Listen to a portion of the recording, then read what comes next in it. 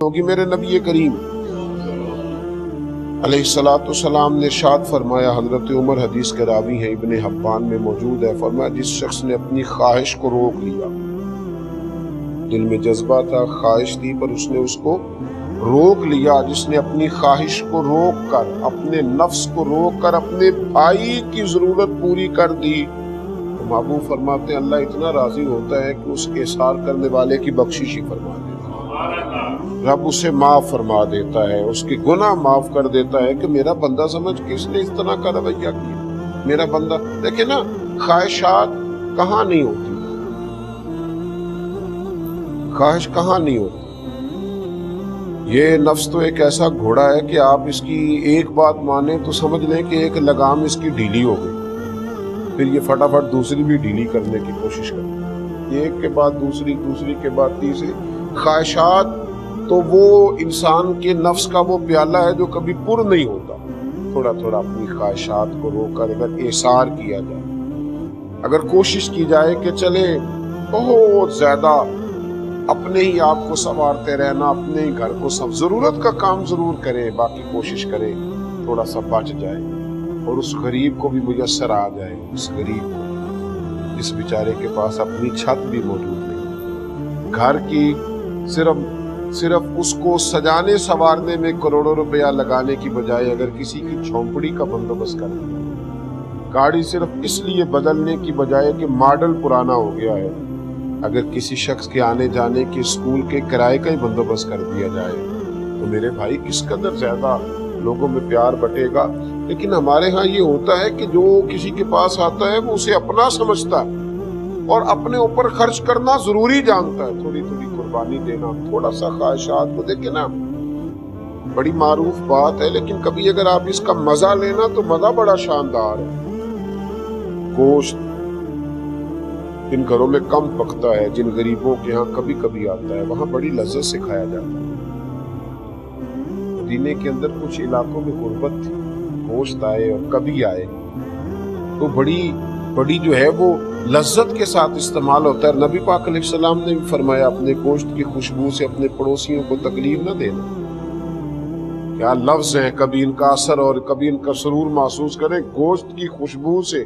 اپنے پڑوسیوں کو تکلیف نہ دینا۔ میرے صاحب فرمایا کرتے تھے کہ روز پھل کھانے ہیں نا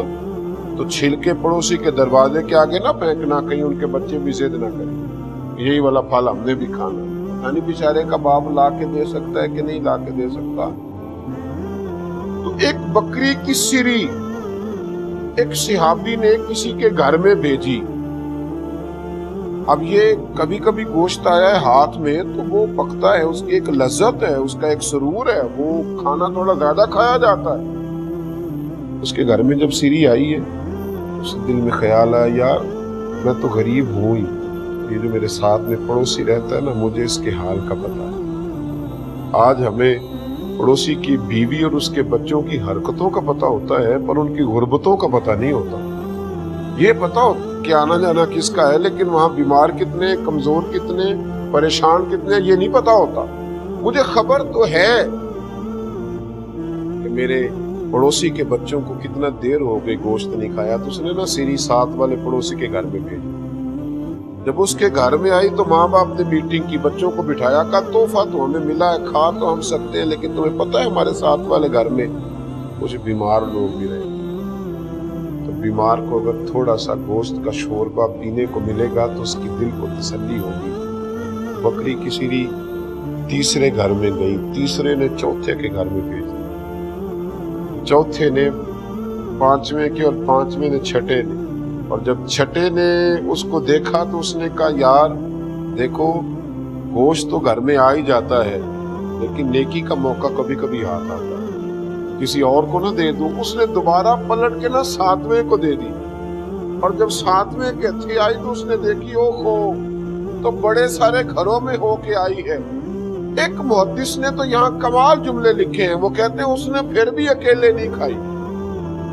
اکیلے نہیں کہ اس نے بیوی سے کہا اس طرح کرو، اس کو پکاؤ تو شوربہ ذرا زیادہ کرنا، ساتوں گھر مل کے ہی کھائیں گے، اس کا شوربہ ذرا زیادہ پکانا، ساتوں گھر مل کے کھائیں گے، تھوڑا تھوڑا کھا لیں گے، ذرا مل کے کھا لیں۔ میرے بھائی تھوڑا سا اثار کا مزاج بن جائے نا، آپ یقین کریں اثار کا مزاج بن جائے تو بہت ساری غربتیں ویسے ہی تقسیم۔ میرے صاحب رحمۃ اللہ تعالیٰ علیہ فرمایا کرتے تھے کہ بیٹا جب اللہ تمہیں زیادہ پیسے دینے لگتا ہے نا، ہو سکتا ہے کہ اس میں تمہارے غریب بھائی کا بھی اس نے کچھ حصہ بھیجا ہو، اور جب اگلے مہینے تمہیں تھوڑے سے اور زیادہ عطا کرے تو ہو سکتا ہے تمہاری بیمار بہن کا بھی اس میں حصہ ہو، اور فرمایا جب اس سے اگلے مہینے تمہیں کچھ اور تھوڑے زیادہ دینا تو ہو سکتا ہے تمہارے کسی غریب دوست کا بھی اس میں حصہ ہو۔ جب یہ نظریہ ہوگا نا، میں دیتا جاؤں گا تو عرش کا مالک بھی مجھے نوازتا جائے گا، تو پھر انسان کے اخلاق بڑی بلندیوں پہ جاتے ہیں۔ میں نے شروع میں کہا یہ وہ والی نیکی ہے جو روح کو سفر کراتی ہے،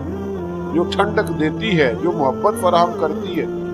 دیکھیے نا کمال کی بات، بخاری مسلم میں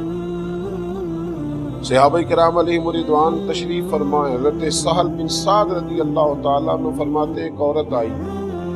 اور وہ نبی پاک علیہ السلام سے کچھ عرصہ پہلے نا اجازت لے کے گئی تھی کہ یا رسول اللہ صلی اللہ علیہ وسلم میرا دل کرتا ہے آپ کے لیے ایک چادر نہ بنا کے لاؤں، ایک کرتا نہ بنا کے لاؤں، ایک قمیض وہ بنا کے لائی۔ اس نے بڑے خوبصورت نقش و نگار کیے، حضور کے لیے بنا کے لانا تھی، اس نے بڑی محبت کی، اس نے بڑے پریم سے، بڑی ریجھ سے، بڑی مٹھاس سے، جانے کتنا درود پڑا ہوگا، جانے کس قدر وہ راضی ہوئی ہوگی، یعنی وہ لمحے اس پر کتنے سکون کے گزرے ہوں گے کہ اپنے نبی کے لیے تیاری کر رہے۔ کبھی اماں بیٹے کے لیے ٹوپی بنائے نا تو اماں سے پوچھو اس کا رنگ ڈنگ کیا ہوتا ہے، اور جو اپنے مصطفیٰ کریم کے لیے تیاری کرے وہ بڑی محبت سے لائی، بڑے پریم سے لائی اور بڑے ادب سے پیش کی، حضور میں لائی ہوں۔ میرے محبوب بھی بڑا ہی بھلا دینے والے ہیں، محبتوں کا جواب بڑی محبتوں سے دینے والے ہیں۔ نبی رحمت علیہ الصلوۃ والسلام اسی وقت اندر گئے، اسی وقت جب وہ قمیض بنا کے لائی، اندر جا کے حضور علیہ السلام نے جو کرتا پہنا تو اس کو اتارا، جو نئی قمیض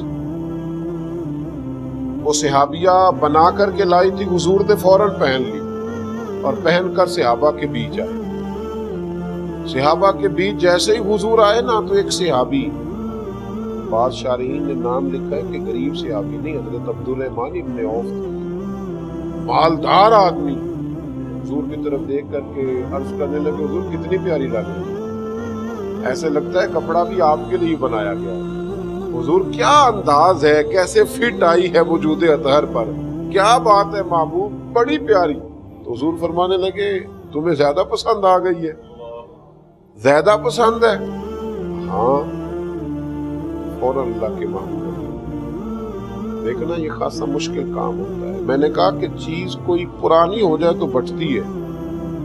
نئی ہو اور پھر ہمیں پسند ہو اور پھر زمانہ تعریف کرے اور اس کو کسی کو دے دیا جائے، اتنا آسان نہیں ہوتا۔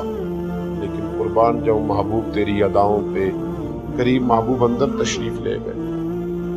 اور اندر سے حضور علیہ الصلوۃ والسلام نے، وہ خاتون تو جا چکی تھی خوش ہو کے کہ حضور نے پہن لی،